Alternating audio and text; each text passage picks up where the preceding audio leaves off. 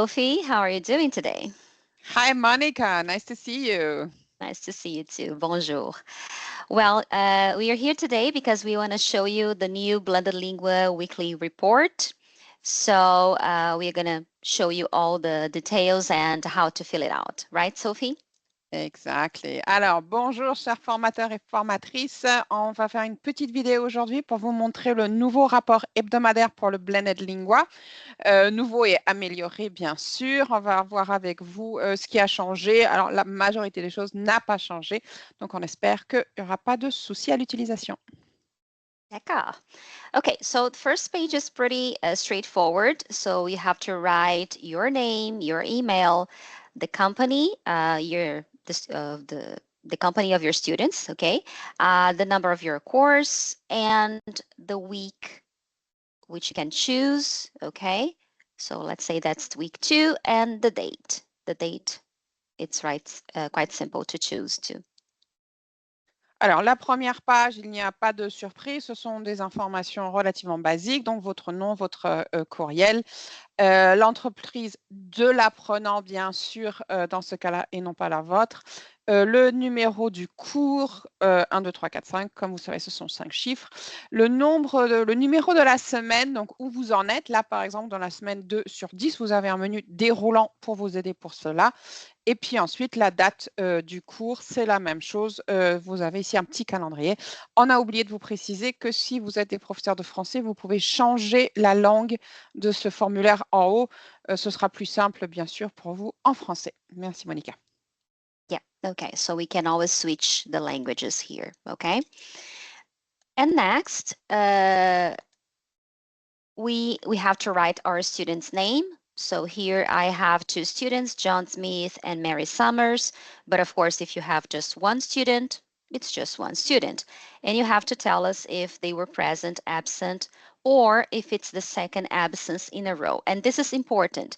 If it happens, if it's their second absence in a row, you must email cancellations and CC your coordinator, okay? Ensuite, la deuxième page concerne la présence des apprenants. Pareil, les informations basiques, c'est-à-dire le nom de l'apprenant.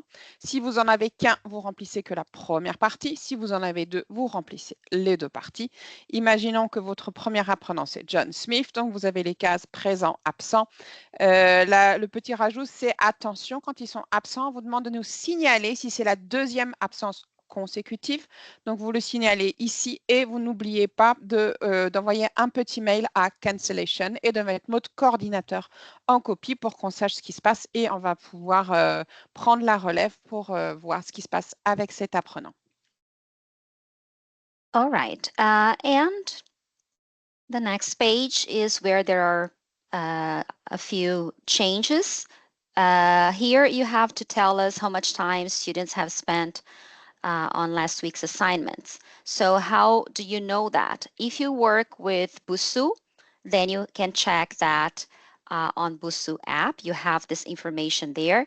And if it is Duolingo, you really have to ask your students how much time they've spent on their assignments, okay? Just remember that the assignments include whatever they've done on the app, and also if you have assigned supplementary materials, that's also the time they spent, that should be included here. Donc ici, vous avez une section qui est un petit peu nouveau, c'est-à-dire qu'on va vous demander combien de temps votre apprenant a passé à son étude la semaine dernière. Alors là, vous pouvez juste indiquer le temps. Donc là, par exemple, John, 45 minutes. Attention, la petite subtilité, donc Busuu, vous pouvez le trouver assez facilement dans l'application. Par contre, Duolingo, non. Donc, il va falloir poser la question à vos apprenants. Et dans le temps global, vous pouvez inclure le temps qu'ils ont passé sur les applications, mais aussi le temps qu'ils ont passé sur d'autres devoirs que vous leur auriez assignés, s'ils les ont faits. Voilà, donc c'est un peu à vous de voir avec eux ou d'estimer le temps qu'ils y ont passé. Exactly. Okay. So, but it's pretty straightforward here, like the 45 minutes or didn't do the assignments, and that's enough. Okay. Donc, s'ils ne les ont pas fait, vous pouvez le préciser aussi, ne l'a pas fait, tout simplement. Exactly. Yeah, that's it, Sophie. What they did in class. Okay, so here I've chosen a topic, asking questions to exchange personal information. So let's say that it was the main objective of your class. That's what you have to write here, okay? Ici, c'est la partie sur qu'est-ce que vous avez fait en classe. Donc, si vous avez un sujet spécifique sur lequel vous avez travaillé, ben, vous n'avez qu'à le copier-coller ici. Donc, par exemple, poser des questions pour échanger des informations personnelles. Voilà. Exactly.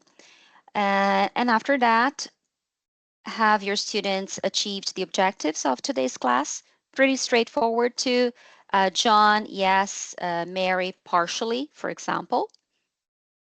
Ensuite, la question, est-ce que les apprenants ont atteint les objectifs de la leçon d'aujourd'hui?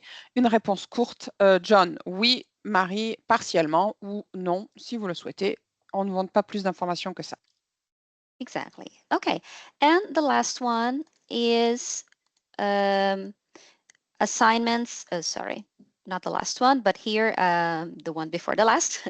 Write a brief description of your students' participation in today's class. And you've got an example, okay? So you can just write a couple of sentences concerning their participation in today's class, and you can follow the example that is here. Ici, c'est une courte question qui vous demande la participation de vos apprenants. Donc, comment est-ce qu'ils ont participé à la leçon d'aujourd'hui? On vous a mis un exemple, donc vous pouvez tout simplement utiliser cet exemple.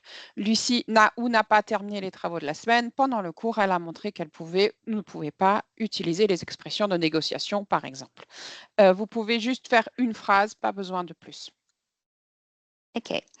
And the assignments for the following week.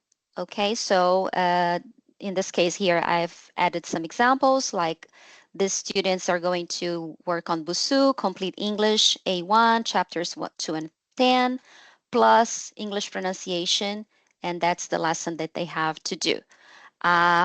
Plus, I'm suggesting them to watch this YouTube video that connects to the objective of next class.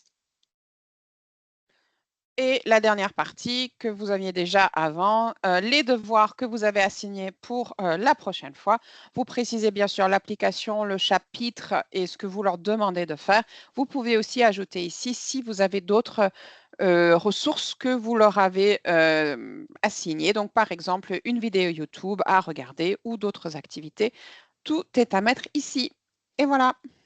And that's it. That's all. Thank you very much, Sophie. Merci, c'est tout. Merci à Monica et bon courage à tous. Au revoir. Bye.